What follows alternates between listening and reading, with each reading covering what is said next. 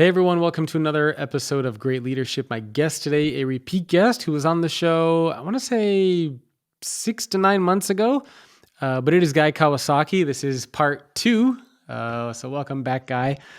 For those not familiar with Guy Kawasaki, he's the former chief evangelist at Apple. He is the chief evangelist currently at Canva. He's written a bunch of books. Even though he keeps saying every time he writes a book, it'll be his last one. It never is. But his new book is called Think Remarkable, 9 Paths to Transform Your Life and Make a Difference. And based on his popular podcast, which is called Remarkable People, I believe. Is that right, Guy? Yep. Perfect. So welcome back to the show. Thank you very much. This is the second show. It's like John Wick 2. Well, thankfully they're up John Wick 4, so this is only number 2. You still got 2 more to go before we get to that point. We should do the prequel. Take me back to like elementary school. Yeah, we gotta find somebody to play the younger version of Guy Kawasaki and Jacob Morgan for the prequel. We all look alike. Any Asian kid will do. Hey, you said it, so I can't get in trouble for that. But welcome back to the show. I'm excited to talk to you about your new book, which is coming out fairly soon. And obviously you've interviewed a lot of really amazing people on your podcast. And so you took a lot of those lessons learned from those interviews. And from what I understand, you turned that into a book and you structured it into 3 stages, which we'll go over today, which are growth, grit, and grace. So we're going to go over what those 3 stages are. And then for people who are the VIP subscribers on Apple, we'll then go into some of the tips that you have in your book on how people can actually be remarkable. So first question for you is, why write this book? And is it just a collection of some of those insights from the interviews that you've done? Well, I heard this great story that Tom Clancy, if people remember him, Tom Clancy was at a press conference and some reporter asked him, "What's this book about?" And Tom Clancy said, "It's about $25." So if you ask an author, why'd you write a book? I think the kind of stock answer is, well, I wanted to put down all this knowledge to help mankind, make the world a better place, blah, blah, blah. Most authors are thinking, well, I got a big advance, so I had to do it. So this book, I've had about 200 episodes with remarkable people. Jane Goodall, Stacey Abrams, Margaret Atwood, Christy Yamaguchi, Ronnie Lott, you name it. And, I noticed patterns in how they became remarkable. So I have all this wisdom, all pent up in transcripts and all that. And, it's not like 6 million people listen to my podcast. So I wanted to put that into a form that is easily digestible, and you don't have to listen to 200 episodes or 200 hours. And so that's part of it, the raw data.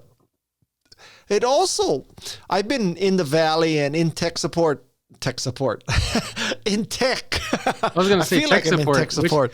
Which 1-800 number do we have to dial to get in touch with Guy Kawasaki? I can handle your Microsoft Word questions. So I've been in tech for about 40 years. And so you learn what to ask. And you also learn your own lessons. So this book reflects the wisdom of, I think, 200 people plus what I learned over 40 years. It's not just verbatim interviews where I took the transcripts, slathered them together and, spit out a book. This book, it was designed very specifically, semi-chronologically. And so it's not like, okay, here's the Jane Goodall chapter, here's the Margaret Atwood chapter, here's the Katie Milkman chapter, here's the Gary Vaynerchuk chapter. Those people are woven in wherever they're most relevant. So it's not as easy as compiling interviews. Yeah. Well, what does it mean to be remarkable? Obviously, that title is in your book. It's in your podcast. Clearly, that word has meaning. But a lot of people might think of remarkable as being very different. So for you, what does remarkable mean? That's a very good question that leads to a very important point. But my definition of remarkable is that you're making a difference in the world. Now, you don't have to be Steve Jobs or Jane Goodall to be remarkable. You can make a difference to just your own life. You can make a difference to a small school, a class, a club, a team, an environment, an ecosystem. But I think it's all about making a difference, making the world a better place, no matter how slight, because, let's face it, most of us are not Steve Jobs.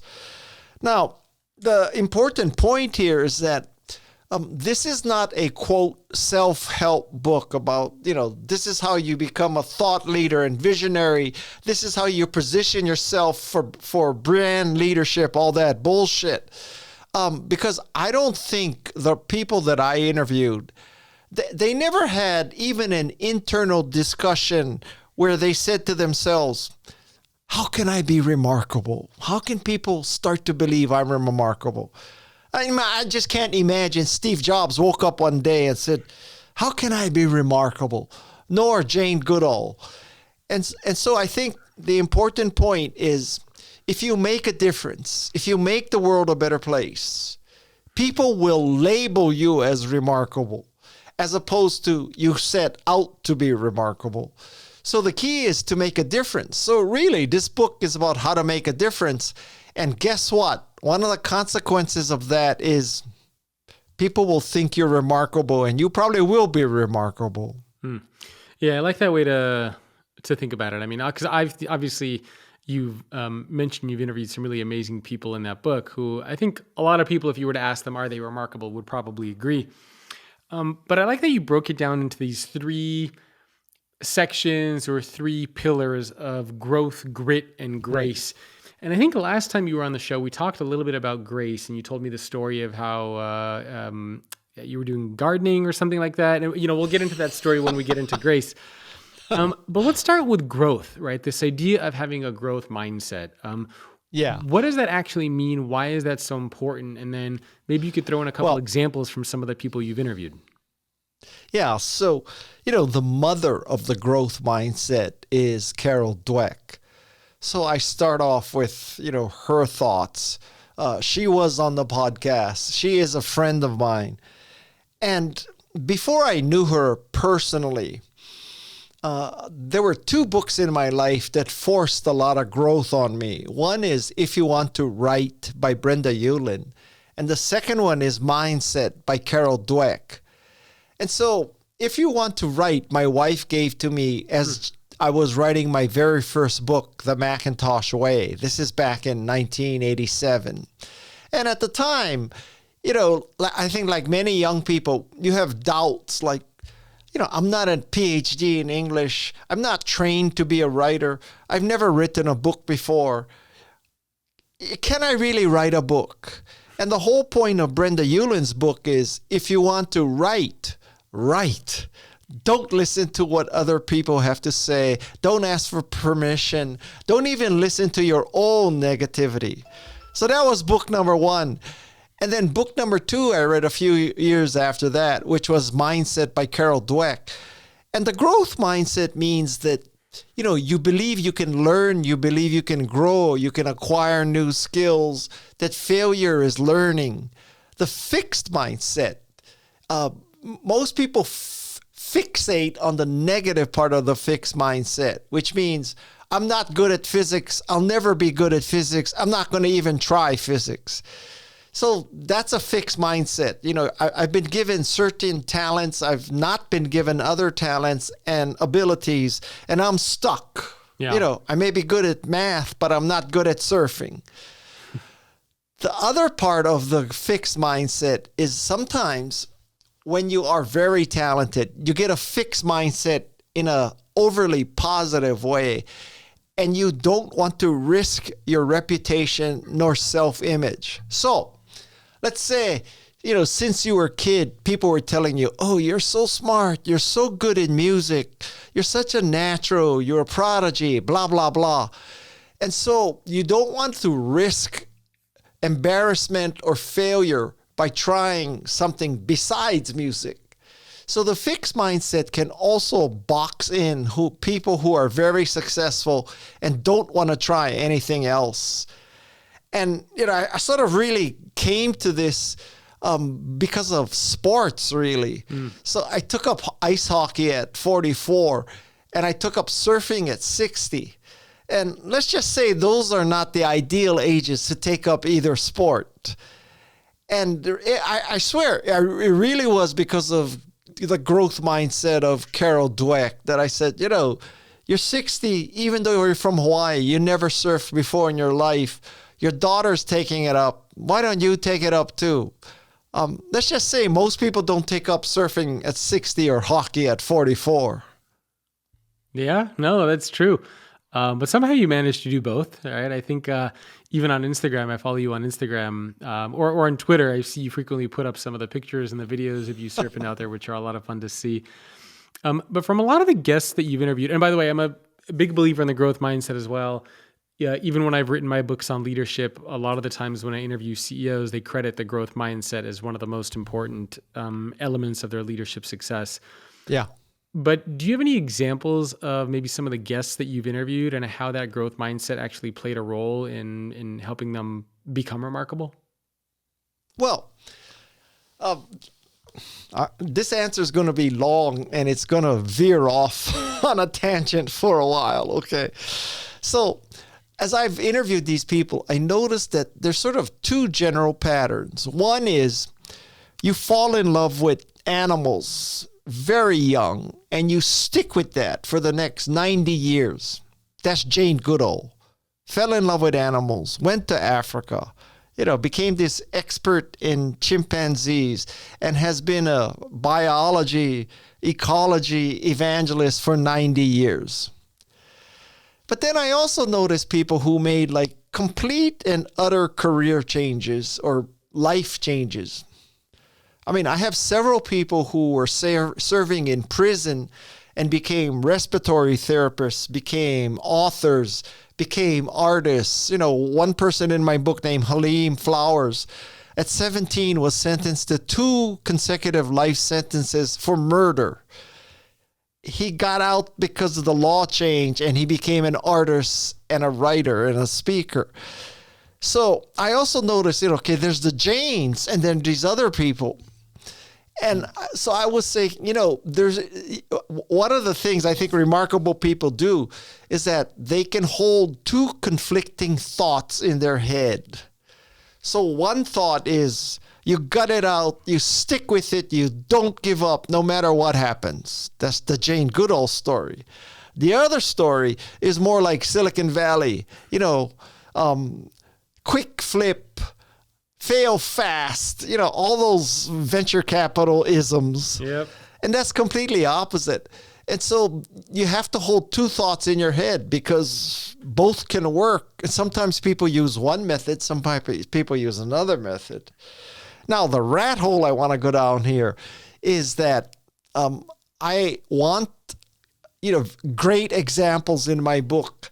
And believe it or not, finding a great example is not so easy because it has to be an example that a significant portion of people recognize, but not so common that it's like everybody's heard of it, not interesting anymore. And I would say maybe an example of one that's so used is Art Fry making Post-it pads at 3 a.m., right? So every time you hear a story about unintended consequence and, letting 100 flowers bloom, Art Fry, 3 a.m.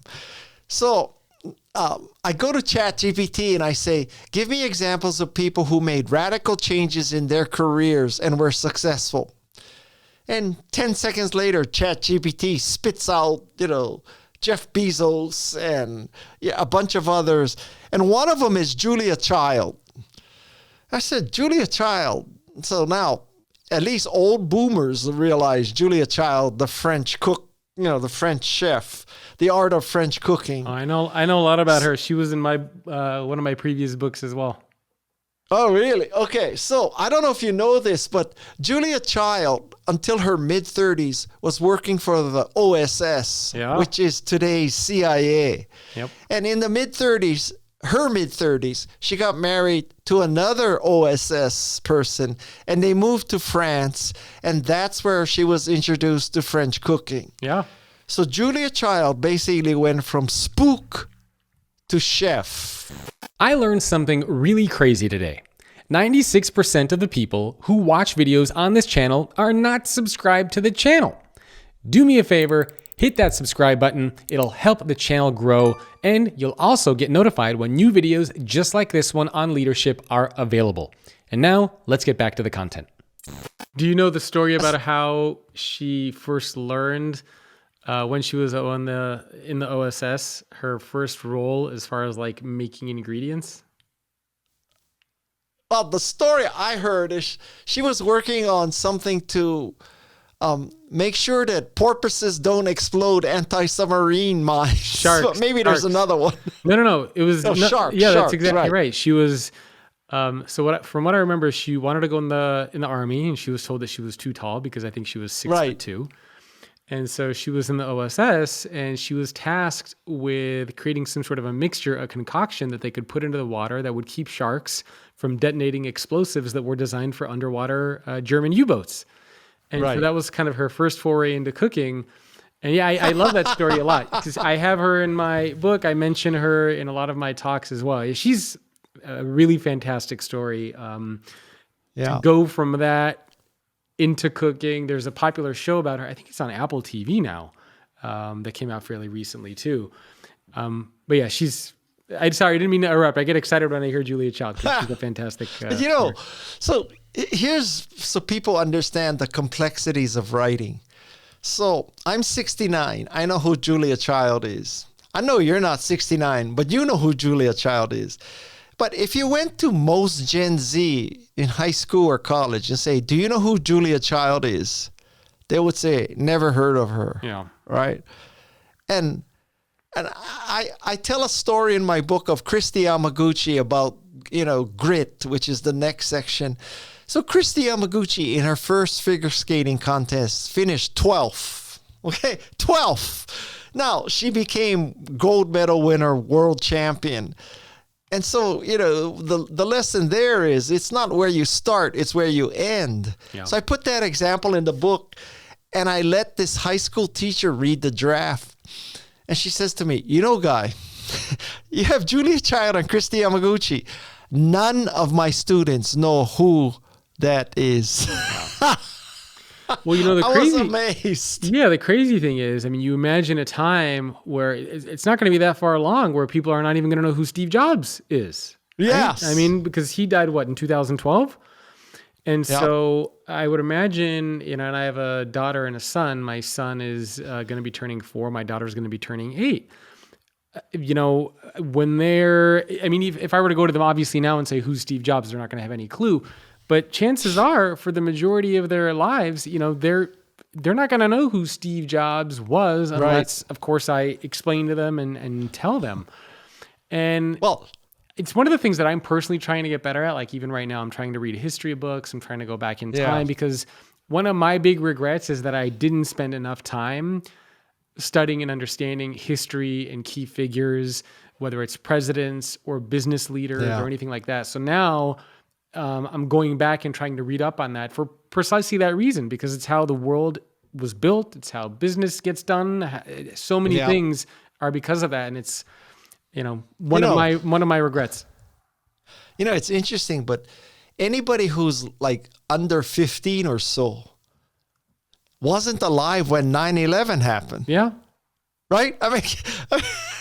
It's hard to wrap your head around that, right? Yeah, it's crazy. They don't know. What's 9/11? Yeah, never seen a CD player, never seen a VHS player, typewriter, never seen a Walkman, a typewriter. It's really wild stuff. It's really crazy stuff. So I love the story about Julia Child with a growth mindset, and I guess when you think about a growth mindset for Julia, is it because she was told she couldn't go into the army, and she had to pivot and do something else. Then she went into the OSS. Then she pivoted and did something else. Then she got into cooking. She got to her show. It seems like throughout her life, she was told no quite a few times. Or even when she had her show, I think she was told no a lot. Like, nobody's going to want to watch this. This is not going to be, successful, blah, blah, blah. So she got told no a lot. And she did a very good job of turning those no's into opportunities and trying to figure out, how to create that opportunity from the challenges in front of her. That is another recurring theme that, frankly,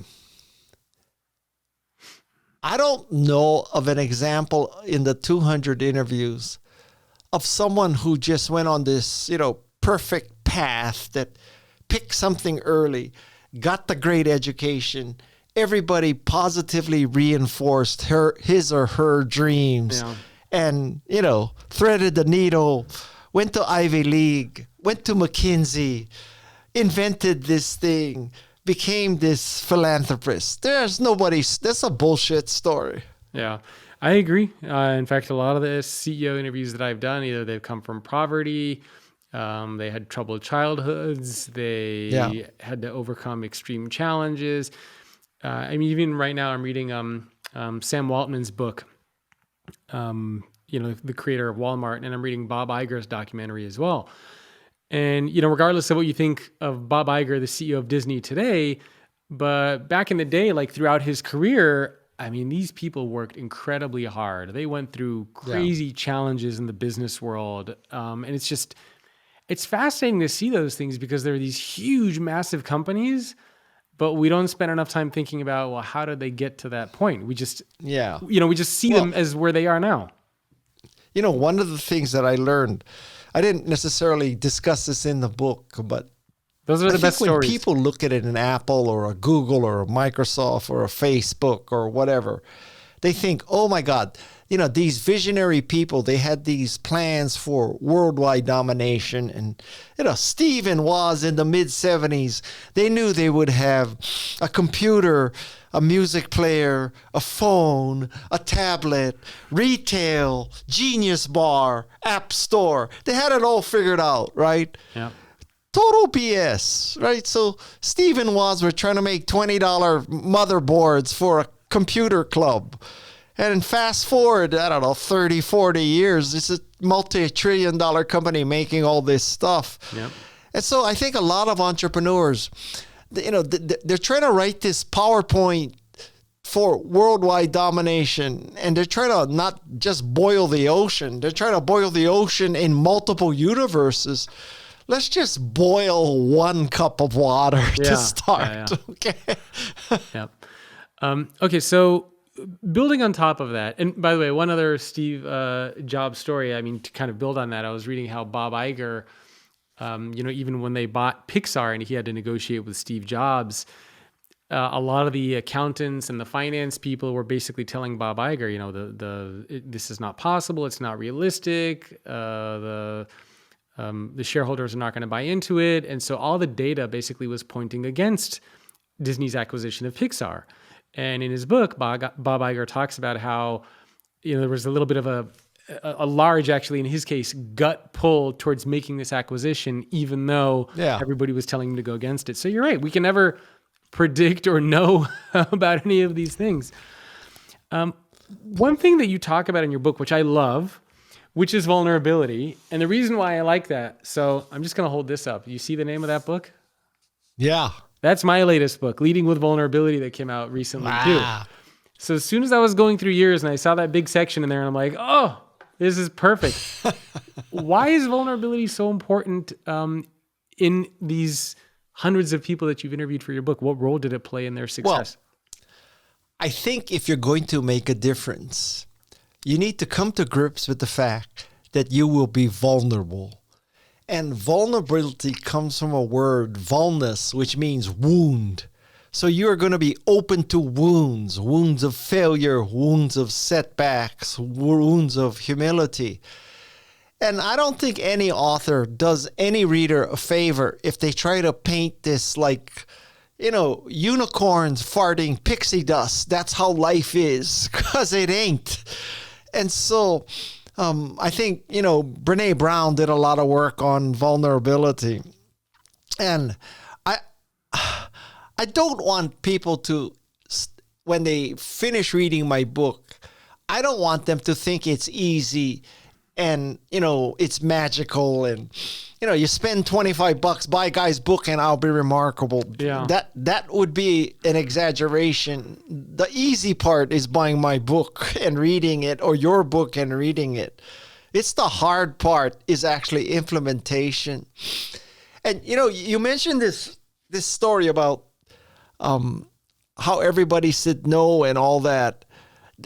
There's a very important concept in my book that I think not enough people keep it in mind when they approach life. And the recommendation I make is you always have to ask, what's missing? And the reason why you do that is because when people are good storytellers, they make their audience forget to think about what's missing. So, let's say I'm a storyteller and I tell this group of young people, you know what?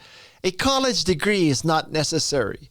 Bill Gates, Steve Jobs, Mark Zuckerberg, they didn't have college educations. They're hugely successful. They prove you don't need a college education. When you hear something like that, you need to ask the question, what's missing? And what's missing is, okay, those are 3 examples of people who didn't have degrees who became successful. Yeah. But how many people didn't have degrees and failed? Yeah. And also, how many people had degrees and were successful? So the people who came up with this theory of asking what's missing, Dan Simons, he points out that they did an examination of all the CEOs of unicorns. I forget what year, like 2015 or something. Okay. And the unicorn CEOs, 100% had a college degree. Ah. Right? 100% had a college degree.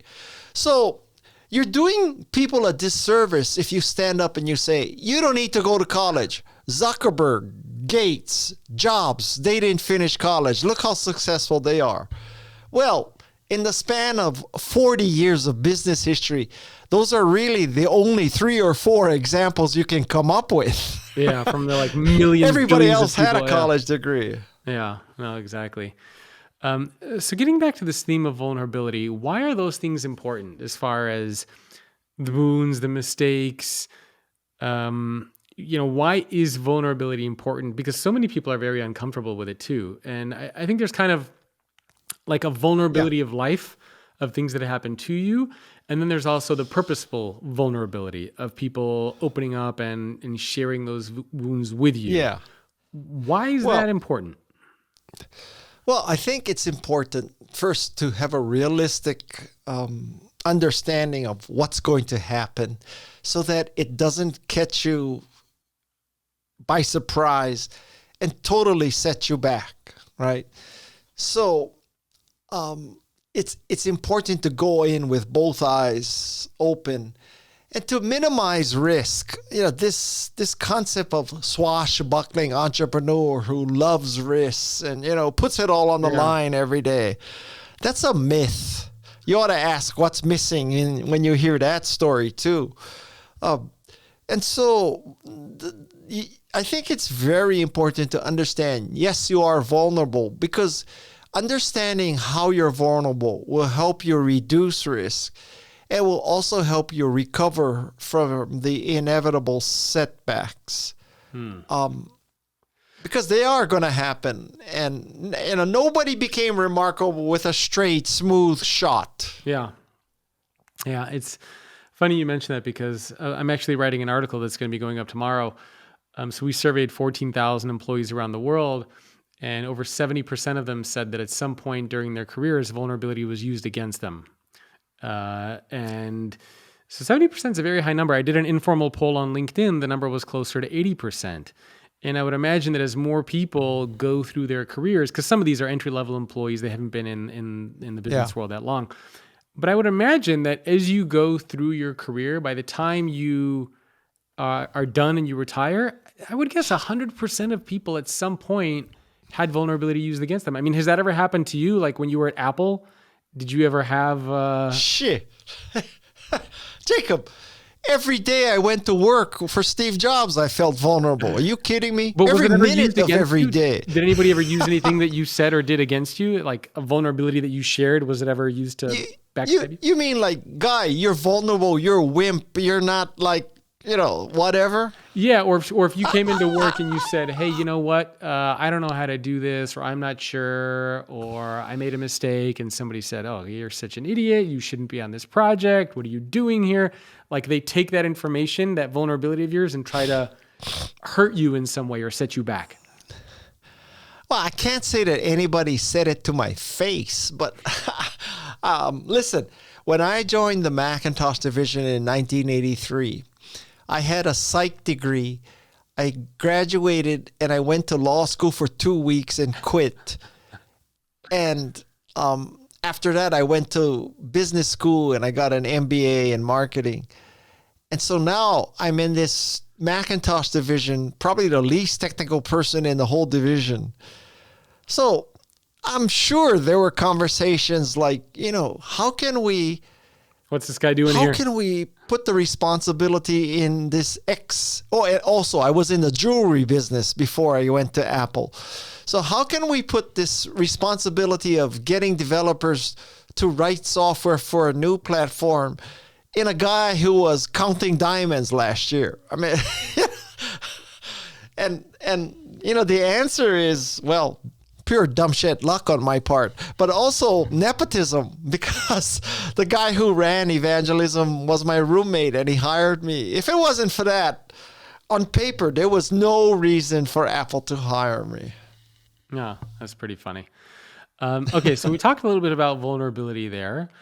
I think another very interesting point, and by the way, maybe one more thing to wrap up with vulnerability. To me, it seems like without vulnerability, you cannot become a better version of yourself, right? Because you have to admit those mistakes. You're not taking risks. Yeah, not taking risks. If you make mistakes, you have to figure out how to solve them. If you're struggling in an area, you have to figure out how to get better.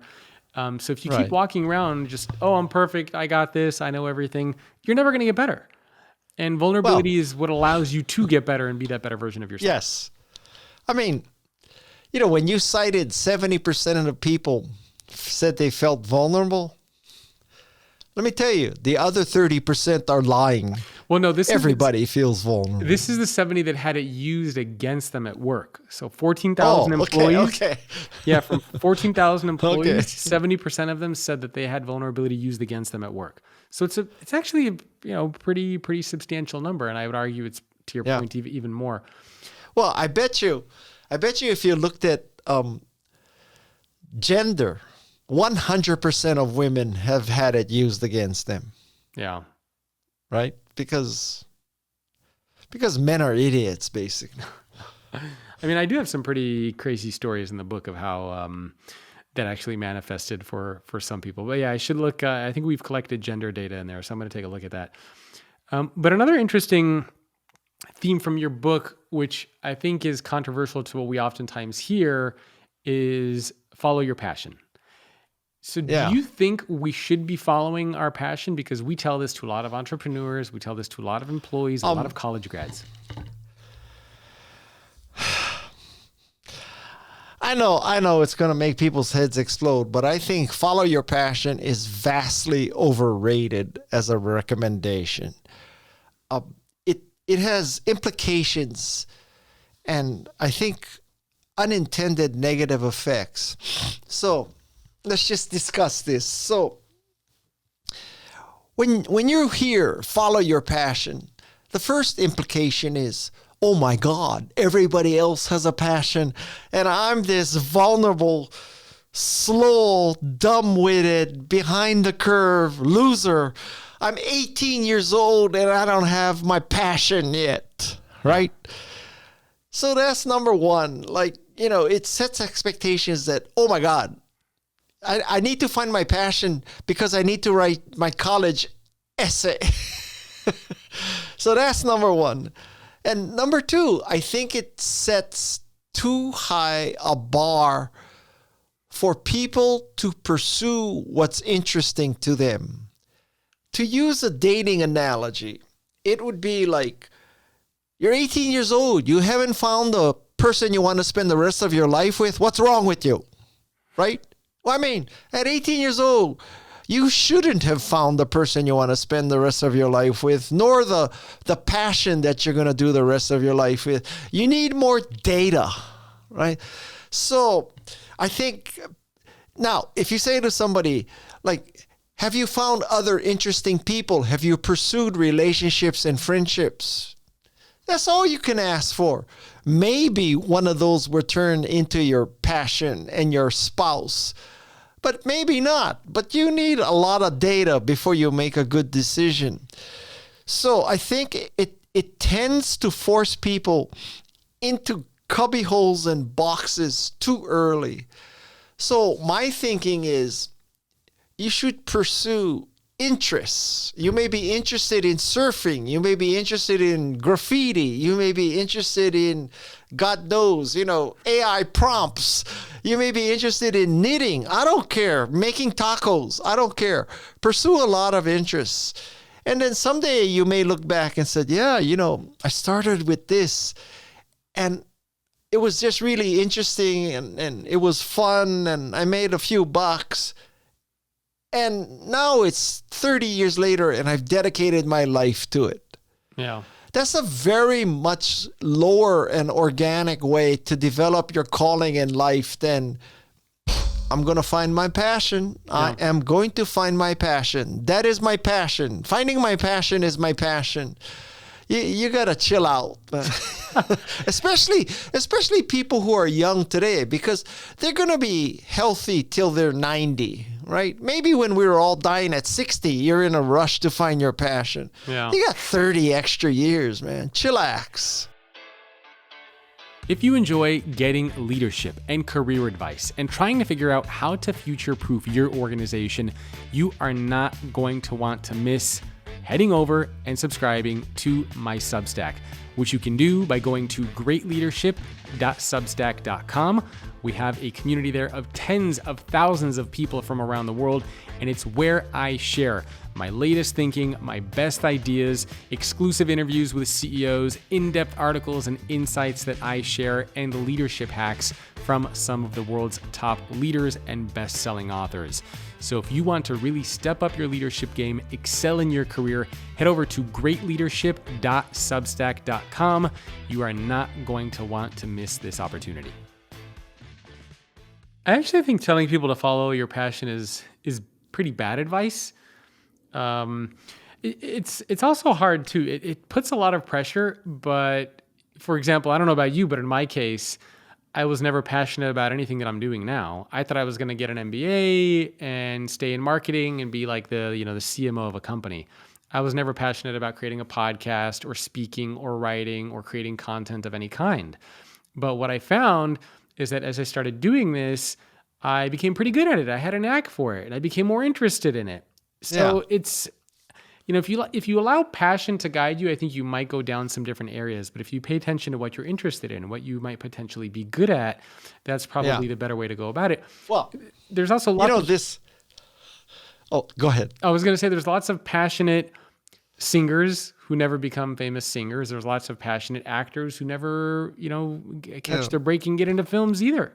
Well, I would also there's a lot of passionate private equity investment bankers, and they're assholes, right? I mean, so, this concept that you draw a Venn diagram of what you're good at, what you can make money at, and what you're interested in.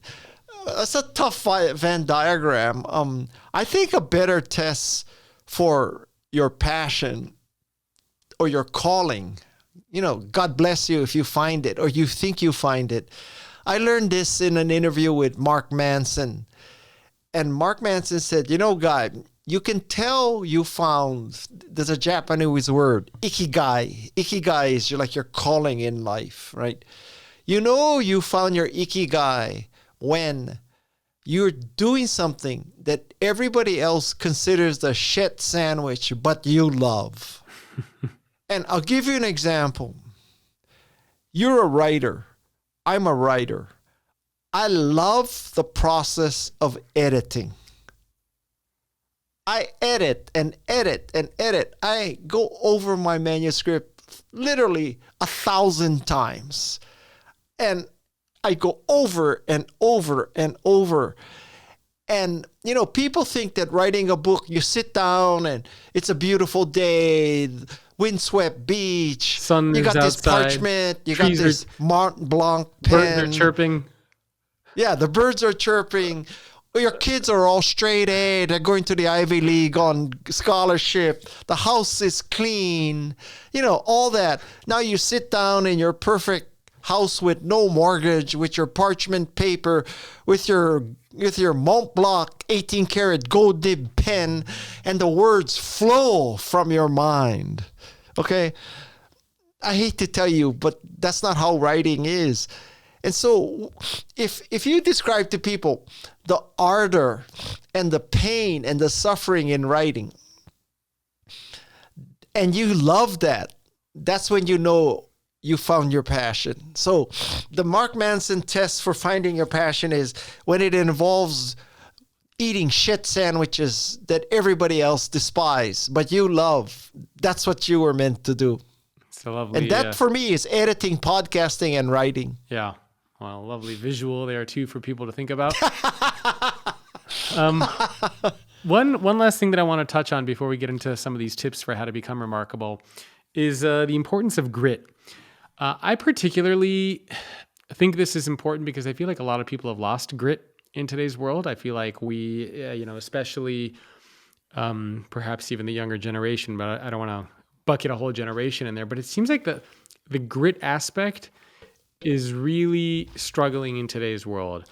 We're not willing to push through challenges. A lot of people are not willing to work hard. They're not willing to make sacrifices to go above and beyond. When I interviewed Mark Randolph, he was the first CEO of Netflix. He told me that one of his rules for success was to always do 10% more than what it was asked. So always.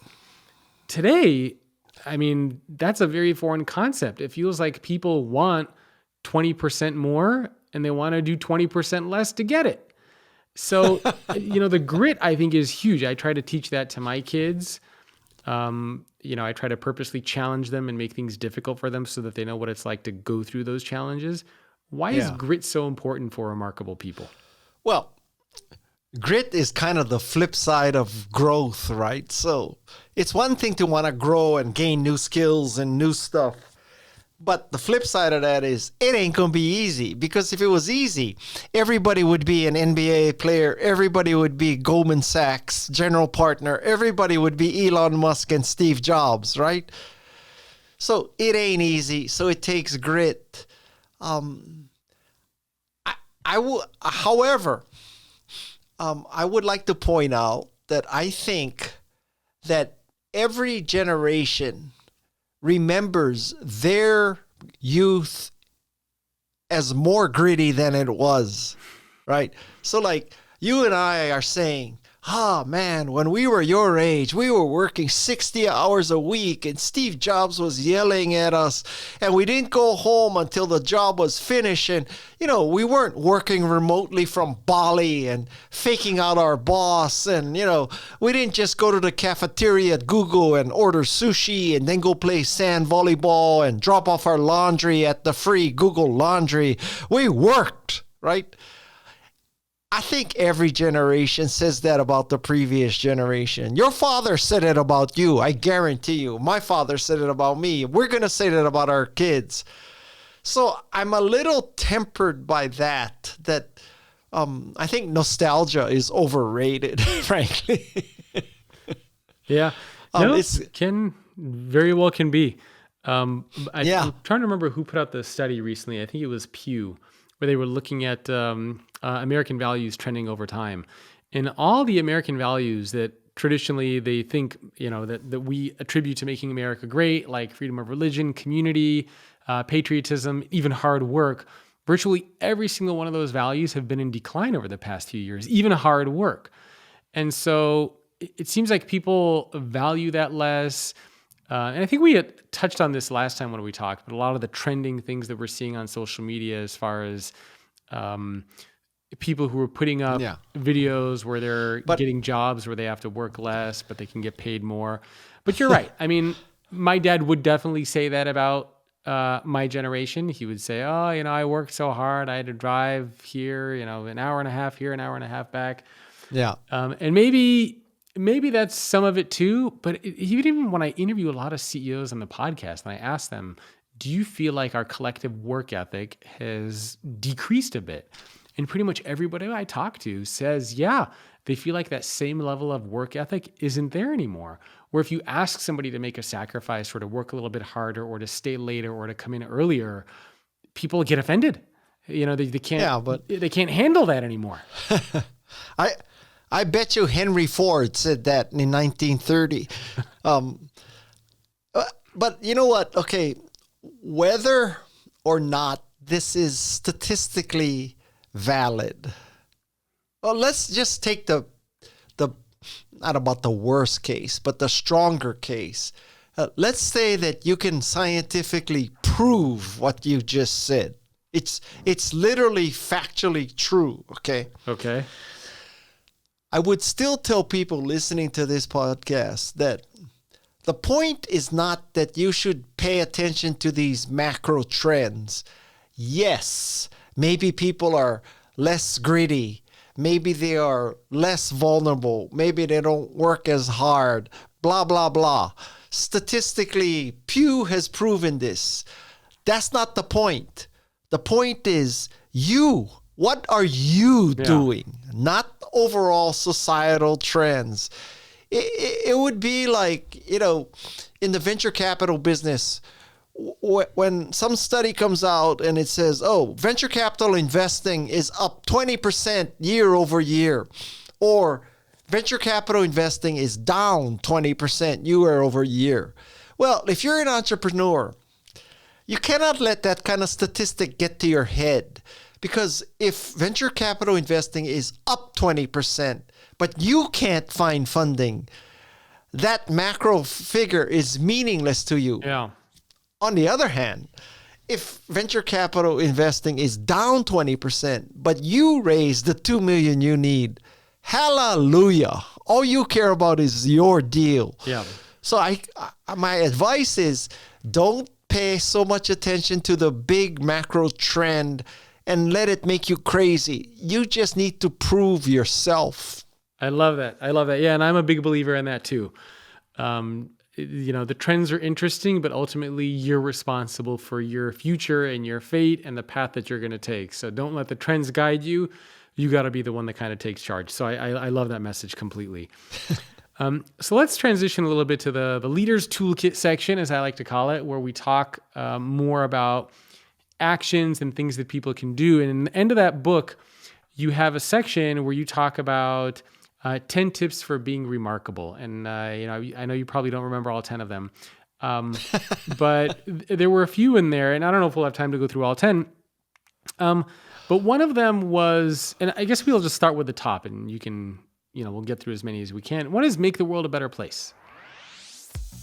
My conversation with Guy Kawasaki continues. If you are a subscriber to Great Leadership Plus on Apple Podcasts, and if you are, then you'll get access to the bonus episode where Guy goes over the top 10 tips for being remarkable.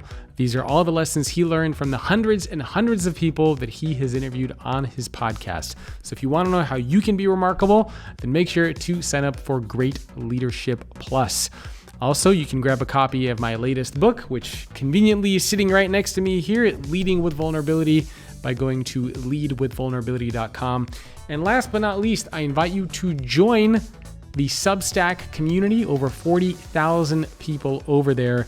If you want to get a 20% discount, it's only available for listeners of this show. Go to greatleadership.substack.com/GL podcast. If for some reason you forget that URL or you can't get it to work, just email me, jacob@thefutureorganization.com. Tell me you saw this and that you want that 20% discount to Substack, and I will go ahead and take care of that for you. All right, everybody, that's it for me. Thanks again for tuning in. I really appreciate it. I will see you next time.